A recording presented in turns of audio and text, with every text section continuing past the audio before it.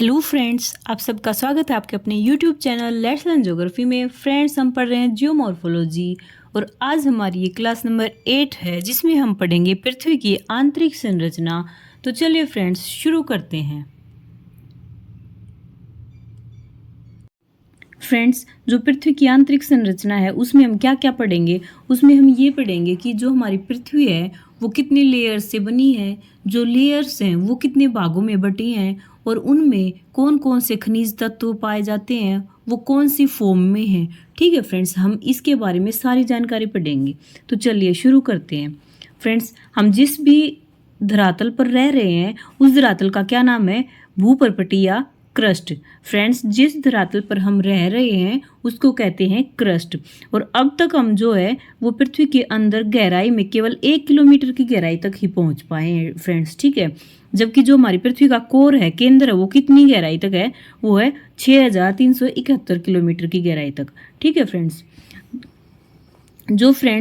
जो सोर्सेज हैं जिनसे हम जो हमारी पृथ्वी की आंतरिक संरचना है उसकी जानकारी प्राप्त करते हैं, वो कौन से सोर्सेज हैं? वो सोर्सेज 2 टाइप्स के सोर्सेज हैं। फर्स्ट है प्रत्यक्ष सोर्सेज यानी कि डायरेक्ट सोर्सेज और दूसरा है अप्रत्यक्ष यानी कि इनडायरेक्ट सोर्सेज। तो चलिए फ्रेंड्स, हम देखते हैं कि प्रत्यक्ष सोर्सेज कौन से हैं और अप्रत्यक्ष सोर्सेज कौन से हैं। ठीक है, चलिए फ्रेंड्स, जो प्रत्यक्ष सोर्सेज हैं उनमें हम उन सोर्सेज को शामिल करते हैं जिन्हें मनुष्य है जो वो देख सकता है। तो वो कौन से सोर्सेज हैं जिन्हें हम देख सकते हैं? फर्स्ट है फ्रेंड्स चट्टानें। नेक्स्ट है कि जितनी गहराई तक खानें पाई जाती हैं, जैसे लोहे की खानें 500 किलोमीटर की गहराई तक पाई जाती हैं तो हम वहाँ तक पहुँच सकते हैं। तो ये जो खानें हैं, लोहे की खानें, ये भी प्रत्यक्ष सोर्सेज हैं। नेक्स्ट है फ्रेंड्स ओशियन ड्रिलिंग। जो ओशियन के अंदर हम ड्रिलिंग करते हैं तो उससे ये पता चलता है कि कितनी गहराई पर पृथ्वी में कौन सा तत्व, कौन सा खनिज तत्व पाया जाता है और उस गहराई में जो हमारी अर्थ है वो किस स्टेट में है। ठीक है फ्रेंड्स, नेक्स्ट है गर्त। गर्तों से भी हमें हमारी जो पृथ्वी की आंतरिक संरचना है उसके बारे में जानकारी मिलती है। और फ्रेंड्स, जो ज्वालामुखी है वो सबसे बेस्ट एग्जाम्पल है डायरेक्ट सोर्सेज का। कैसे है कि जब भी वोल्केनो इरप्शन होता है तो क्या होता है कि जो मैग्मा है वो लावा के रूप में हमारी अर्थ तक पहुंच जाता है। अर्थ तक पहुंचता है तो हमें क्या पता चलता है कि जो भीतरी जो चट्टानें हैं वो किस किस तत्व से बनी है। ठीक है फ्रेंड्स, तो इससे हमें पृथ्वी के बारे में जानकारी प्राप्त होती है। नेक्स्ट है फ्रेंड्स अप्रत्यक्ष सोर्सेज या इनडायरेक्ट सोर्सेज। तो ये कौन से सोर्सेज हैं? फर्स्ट है घनत्व पर आधारित प्रमाण। नेक्स्ट है फ्रेंड दबाव पर आधारित प्रमाण। उससे अगला है तापमान या टेम्परेचर पर आधारित प्रमाण। नेक्स्ट है उल्का पिंडों पर आधारित प्रमाण।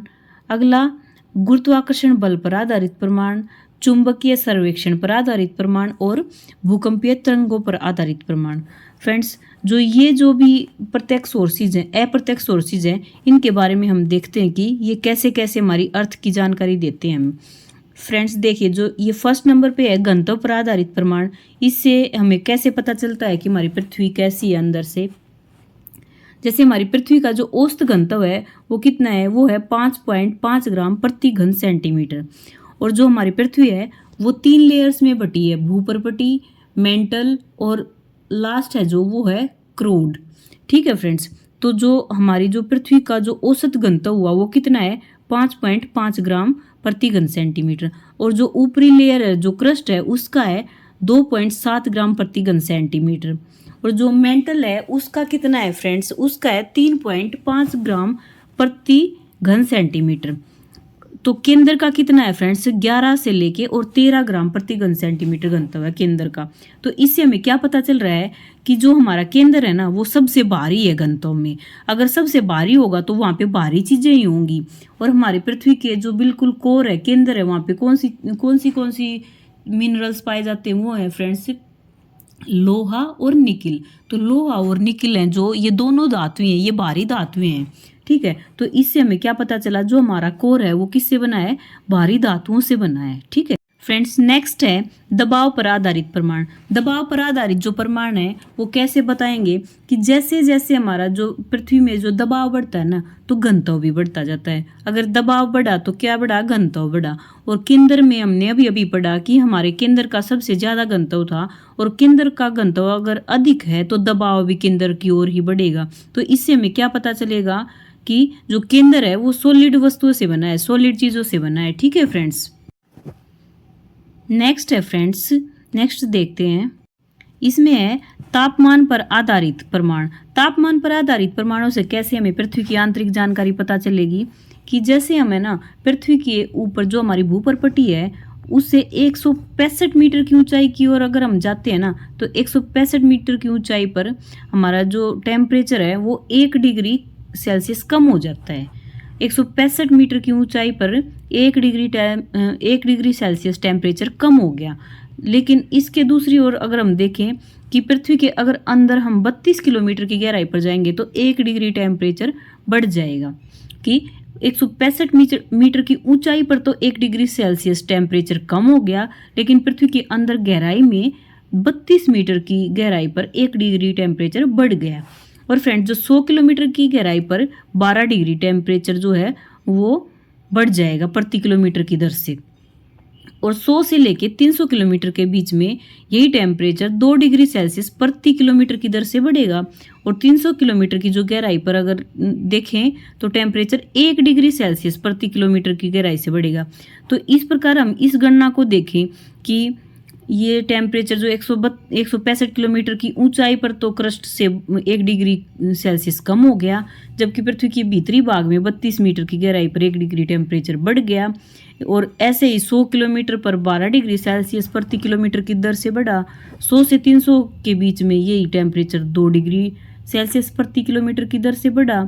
फिर आगे 300 किलोमीटर की गहराई पर ये टेम्परेचर था जो वो 1 डिग्री सेल्सियस प्रति किलोमीटर की दर से बढ़ा।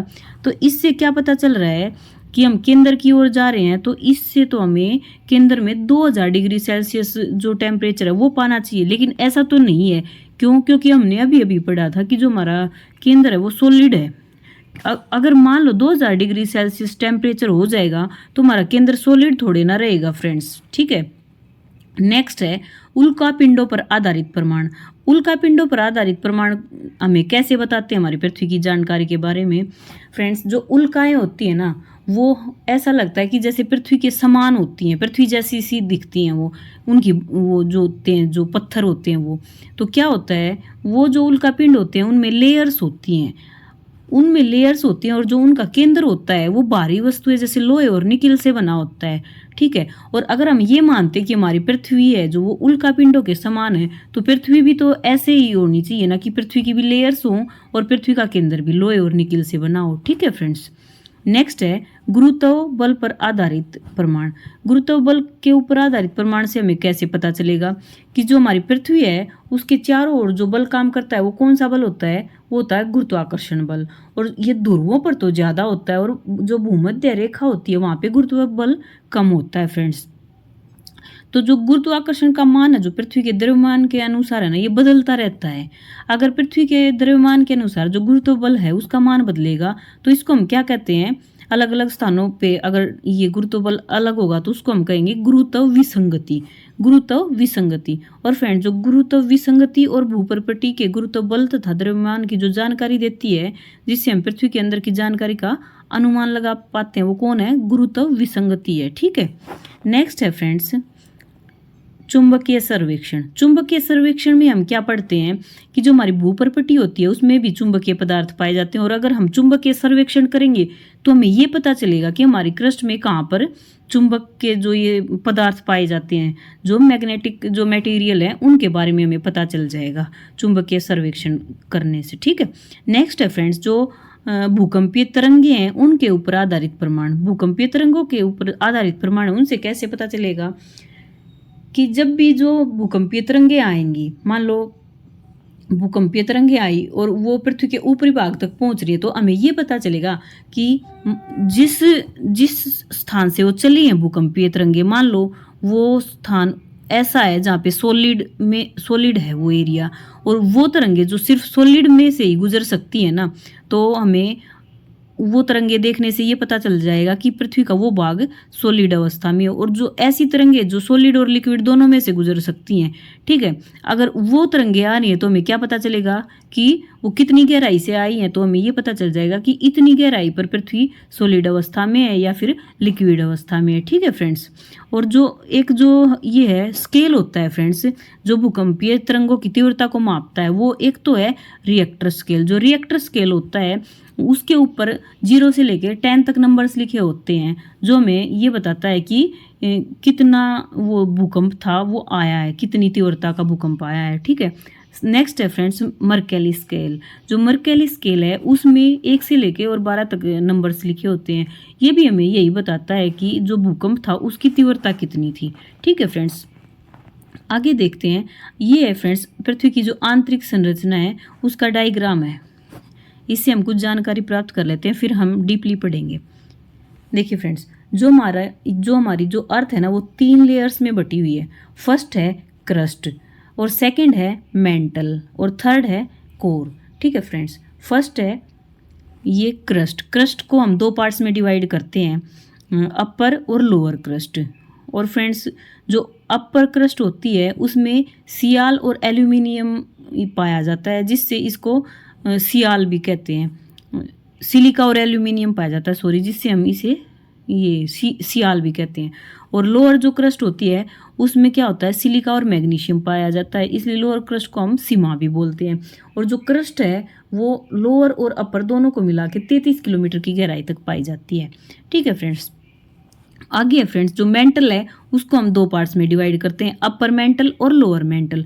फ्रेंड्स जो अपर मेंटल होती है वो है ना अपर मेंटल और जो ये लोअर क्रस्ट है, इन दोनों के बीच में एक असंतति पाई जाती है जिसको हम कहते हैं मोहरो असंतति, ठीक है।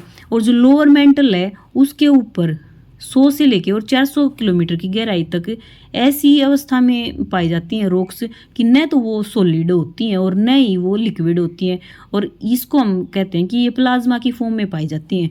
जिस स्थान पर ये प्लाज्मा की फॉर्म में ये रॉक्स पाई जाती है ना उसको कहते हैं एस्थेनोस्फीयर या फिर दुर्बलता मंडल। फ्रेंड्स ये जो दुर्बलता मंडल होता है ना इसके ऊपर ये प्लेट्स होती हैं वो तैरती रहती हैं, ठीक है। नेक्स्ट है फ्रेंड्स जो लास्ट है वो होती है कोर। इसको भी 2 पार्ट्स में डिवाइड करते हैं, इनर और आउटर कोर, ठीक है फ्रेंड्स। जो आउटर कोर होती है और जो लोअर मेंटल होती है उसके बीच में गुटेनबर्ग असंतति पाई जाती है फ्रेंड्स। और जो कोर होती है वो कितने किलोमीटर की गहराई तक होती है, वो होती है फ्रेंड्स 6371 किलोमीटर की गहराई तक। चलिए फ्रेंड्स आगे देखते हैं। नेक्स्ट है फ्रेंड्स, अब हम है ना जो हमारी पृथ्वी की ये तीनों परत हैं, जो भूपरपट्टी थी, मेंटल थी और जो कोर था, उनको तीनों को पढ़ेंगे। ये देखिए फ्रेंड्स जो क्रस्ट है, हमारी क्रस्ट को हम 2 पार्ट्स में डिवाइड करते हैं। पहला था ऊपरी भूपरपट्टी और दूसरा है निचली भूपरपट्टी, यानी कि अपर और लोअर क्रस्ट, ठीक है फ्रेंड्स। जो हमारी क्रस्ट है ना वो पूरी पृथ्वी के आयतन का कितना है 0.5% है फ्रेंड्स। और ये ठोस अवस्था में जो पृथ्वी का बाहरी भाग है वो है। और ये कितनी गहराई तक पाई जाती है, ये 33 किलोमीटर की गहराई तक पाई जाती है क्रस्ट। और क्रस्ट में क्या होता है कि जो पदार्थ होते हैं उनमें जल्दी टूटने की प्रवृत्ति भी पाई जाती है फ्रेंड्स। और जो महासागर के नीचे जो क्रस्ट की मोटाई होती है वो औसतन 5 किलोमीटर की गहराई में 5 किलोमीटर की मोटाई होती है फ्रेंड्स। और जो महाद्वीप होते हैं वहाँ पे क्रस्ट की मोटाई कितनी होती है 30 किलोमीटर होती है। और फ्रेंड्स जो हमारे हिमालय पर्वत के नीचे जो क्रस्ट की मोटाई है वो कितनी है 70 किलोमीटर है फ्रेंड्स। हिमालय पर्वत के नीचे क्रस्ट की मोटाई कितनी है 70 किलोमीटर है। और जो औसत घनत्व है हमारी क्रस्ट का वो औसतन तो है फ्रेंड्स 3 ग्राम प्रति घन सेंटीमीटर, जबकि जो महासागरों के नीचे घनत्व है वो है 2.7 ग्राम प्रति घन सेंटीमीटर। और फ्रेंड जो महासागर है उनके नीचे जो क्रस्ट है वो कौन सी चट्टानों से बनी है, वो है बेसाल्ट चट्टानों से। ये इंपॉर्टेंट है फ्रेंड्स, कौन सी चट्टानें है बेसाल्ट, ठीक है। और जो क्रस्ट और जो मेंटल होती है, क्रस्ट और मेंटल के बीच में हमने अभी अभी पढ़ा था कौन सी असंतति पाई जाती है, मोहरो असंतति पाई जाती है, ठीक है फ्रेंड्स। और जो हमारी क्रस्ट के जो ये 2 पार्ट थे ऊपरी भूपरपट्टी और निचली भूपरपट्टी, उसमें क्या है जो ऊपरी जो क्रस्ट होती है उसमें क्या है सिलिका और एल्यूमिनियम की मात्रा अधिक पाई जाने के कारण इसको सियाल भी कहते हैं, और जो निचली जो क्रस्ट थी लोअर क्रस्ट उसको सीमा कहते हैं, क्योंकि यहाँ पे सिलिका और मैग्नीशियम की अधिक मात्रा पाई जाती है। ठीक है फ्रेंड्स, जो महाद्वीपों की रचना हुई है वो हुई है सियाल से, यानी कि ऊपरी भूप्रपटी से, और इसका घनत्व कितना है 2.75 से लेके 2.90 ग्राम प्रति घन सेंटीमीटर है फ्रेंड्स। और जो ये है महासागरों की जो रचना हुई है वो किससे हुई है, वो हुई है सीमा से, और इसका जो घनत्व है वो है 2.9 से लेके 3.4 ग्राम प्रति घन सेंटीमीटर से है। और इसको जो मैंने पहले ही बता दिया, इसको सीमा क्यों कहते हैं, क्योंकि इसमें सिलिका और मैग्नीशियम की मात्रा अधिक पाई जाती है। ठीक है फ्रेंड्स, तो फ्रेंड्स हमने क्या क्या पढ़ा है इसमें, ये देखिए क्रस्ट में क्या है, हमारी पृथ्वी के आयतन का 0.5% है। ये दो भाग हैं इसके, अपर क्रस्ट और लोअर क्रस्ट। अपर क्रस्ट से जो महाद्वीप बने हैं और लोअर क्रस्ट से महासागर बने हैं, और इसकी गहराई है 33 किलोमीटर। इसमें क्या है कि जो क्रस्ट है उसमें पदार्थों के जल्दी टूटने की प्रवृत्ति पाई जाती है, और जो महाद्वीपों के नीचे इसकी मोटाई है वो है 30 किलोमीटर, और जो ये महासागर ओशियन है उसके नीचे जो क्रस्ट की मोटाई है वो है उस तरह 5 किलोमीटर। और फ्रेंड्स जो क्रस्ट का घनत्व है वो है 3 ग्राम प्रति घन सेंटीमीटर, और जो महासागरों के नीचे इसका घनत्व था वो था 2.7 ग्राम प्रति घन सेंटीमीटर। और फ्रेंड्स जो महासागरों के नीचे जो क्रस्ट बनी है वो किससे बनी है, वो बेसाल्ट से बनी है। ठीक है, आगे देखते हैं हम अपनी अगली लेयर जो है मेंटल। फ्रेंड्स मेंटल में क्या है कि जो मेंटल है ना वो भूप्रपटी के नीचे पाई जाती है, यानी कि दूसरी सेकंड लेयर है फ्रेंड्स। ठीक है, और ये मोहो असांतत्य था जो उससे शुरू होके और 2900 किलोमीटर की गहराई तक पाया जाता है। जो मोहरो असांतत्य था वो कहाँ था, जो हमारी निचली भूप्रपटी थी वो और जो ऊपरी मेंटल थी उसके बीच में पाया जाता है। तो ये वहाँ से शुरू होके और 2900 किलोमीटर की गहराई तक पाई जाती है फ्रेंड्स। और जो मेंटल का ऊपरी भाग है उसे हम क्या कहते हैं, दुर्बलता मंडल कहते हैं, जो 100 से 400 किलोमीटर तक पाया जाता है, यानी कि इसको हम क्या कहते हैं, एस्थेनोस्फीयर कहते हैं फ्रेंड्स। यहाँ पे है ना जो रॉक्स होती हैं वो प्लाज्मा की फॉर्म में होती हैं, यानी कि वो न तो सॉलिड होती हैं और न ही लिक्विड होती हैं, वो प्लाज्मा की फॉर्म में चिपचिपी अवस्था में पाई जाती हैं, जिनके ऊपर प्लेट्स तैरती रहती हैं। ठीक है फ्रेंड्स, जब ज्वालामुखी उद्गार होता है तो लावा पृथ्वी तक पहुंचता है, वो इसके बारे में हमें जानकारी देता है। ठीक है, और इसका घनत्व है ना फ्रेंड्स वो जो हमारी क्रस्ट थी उससे ज़्यादा होता है। कितना होता है इसका घनत्व, ये है 5.6 ग्राम प्रति घन सेंटीमीटर। और फ्रेंड्स जो क्रस्ट और जो ऊपरी मेंटल है ना वो मिलके क्या बनाती है, लिथोस्फीयर यानी कि स्थलमंडल बनाती है, जिसकी मोटाई है 10 से लेके और 200 किलोमीटर 10 से लेके 200 किलोमीटर तक। ठीक है फ्रेंड्स, आगे है जो हमारी जो मेंटल थी वो दो पार्ट्स में बटी थी। कौन सा था, अपर मेंटल और लोअर मेंटल। जो अपर मेंटल है वो कितनी गहराई से कितनी गहराई तक है, 33 किलोमीटर की गहराई से लेके 700 किलोमीटर की गहराई तक। और जो लोअर मेंटल या निचली जो मेंटल थी वो थी 700 से लेके 2900 किलोमीटर की गहराई तक। हमने पढ़ा था ना फ्रेंड्स, जो हमारी जो मेंटल थी वो 2900 किलोमीटर की गहराई तक थी, और जो क्रस्ट थी वो 33 थी। तो 33 से आगे जो 2900 किलोमीटर तक जो बच गए ना वो क्या है, वो मेंटल है, और मेंटल से ही संवहनीय धाराएं भी चलती हैं। ठीक है फ्रेंड्स, चलिए आगे देखते हैं हम अपनी तीसरी जो लेयर बच गई वो। तीसरी लेयर कौन सी है, तीसरी है कोर या क्रोड। ठीक है फ्रेंड्स, जो हमारा कोर है वो कितनी किलोमीटर की गहराई तक पाया जाता है, वो 2900 किलोमीटर से लेके और 6371 किलोमीटर की गहराई तक पाया जाता है फ्रेंड्स। इसके भी दो पार्ट हैं फ्रेंड्स, इनर कोर और आउटर कोर। ठीक है फ्रेंड्स, जो आउटर कोर होती है वो 2900 किलोमीटर से लेके और 5150 किलोमीटर तक होती है, और ये लिक्विड और अर्ध द्रव ये दो अवस्थाओं में पाई जाती है, द्रव या फिर अर्ध द्रव। ठीक है, और जो इनर कोर होती है वो सॉलिड फॉर्म में होती है, और इसकी गहराई कितनी होती है, 5150 किलोमीटर से लेके और 6371 किलोमीटर तक होती है फ्रेंड्स। ये जो पृथ्वी का आयतन होता है उसका 16% भाग क्रोड होता है फ्रेंड्स। ठीक है, आगे देखते हैं जो कोर होती है, क्रोड होती है, वो कहाँ से कहाँ तक होती है फ्रेंड्स। ये होती है जो गुटेनबर्ग असंतति होती है वहाँ से लेके और 6371 किलोमीटर की गहराई तक होती है। तो गुटेनबर्ग असंतति कहाँ हुई फ्रेंड्स? ये हुई जो हमारी मेंटल का जो निचला भाग था वहाँ से, और जो क्रोड का जो आउटर एरिया था, उन दोनों के बीच में जो असंतति पाई जाती है वो कौन सी है? गुटेनबर्ग असंतति। फ्रेंड्स जो ये असंततियाँ होती है ना, इनसे क्वेश्चन जरूर आते हैं, ठीक है। जो हमारी कोर का जो घनत्व है, क्रोड का घनत्व है, वो है 13.6 ग्राम प्रति घन सेंटीमीटर, ठीक है फ्रेंड्स। ये इतना ज़्यादा क्यों है इसका घनत्व? और जो दोनों लेयर्स थी उससे ज़्यादा है इसका घनत्व, क्यों? क्योंकि ये सॉलिड भाग है, और सॉलिड किन चीज़ों से बना है? ये बना है जो निकिल और लो धातु है ना, इनसे बना है, इसलिए ये सॉलिड है और इसका घनत्व भी अधिक है, ठीक है फ्रेंड्स। फ्रेंड्स ये 2 पॉइंट और हैं इसके, कि जो एस तरंगे हैं वो अपर कोर के द्रव या फिर अर्ध द्रव होने की जानकारी देती है। जो एस तरंगे हैं वो अपर कोर के अर्ध या ये अर्ध द्रव या द्रव होने की जानकारी कैसे देंगी? क्योंकि जो एस तरंगे है ना वो द्रव में अप्रवेश है, द्रव में प्रवेश नहीं कर पाती। तो हम क्या देखते हैं कि मान लो जो जहाँ से जो एस तरंगे मुड़ जाएंगी ना, तो ये समझ लो कि वहाँ पे क्या है, या तो रॉक्स सॉलिड लिक्विड फॉर्म में है, या फिर ये सॉरी जो एस तरंगे जहाँ से मुड़ जाएंगी तो हमें क्या पता चलेगा, वहाँ पे जो रॉक्स हैं वो क्या है, वो द्रव अवस्था में है, ठीक है। और द्रव में जो एस तरंगे हैं वो प्रवेश नहीं करती, ठीक है। तो इससे हमें क्या पता चल गया कि हमारा जो अपर कोर है वो या तो द्रव है या फिर अर्ध द्रव है, ठीक है फ्रेंड्स। नेक्स्ट है पी तरंगे। पी तरंगों में क्या होता है? पी तरंगे जो इनर कोर है उसकी ठोस होने की जानकारी देती है। कैसे देती है ठोस होने की जानकारी? क्योंकि जो पी तरंगे है ना उनकी गति ठोस में जाके और ज़्यादा हो जाती है, ठीक है। औसतन तो उनकी गति होती है 8 किलोमीटर प्रति सेकंड, जबकि जब वो इनर कोर में चली जाती है ना तो उनकी गति हो जाती है 11 किलोमीटर से लेकर 23 किलोमीटर प्रति सेकंड। अगर उनकी गति बढ़ रही है तो इसका मतलब क्या है कि वो सॉलिड में प्रवेश कर गई है, ठीक है फ्रेंड्स। आगे देखते हैं फ्रेंड्स, ये कुछ इंपॉर्टेंट पॉइंट है, ये असंतति से रिलेटेड है, और जो असंततियाँ हैं वो ही एग्जाम में पूछी जाती हैं, ठीक है। तो देखते हैं।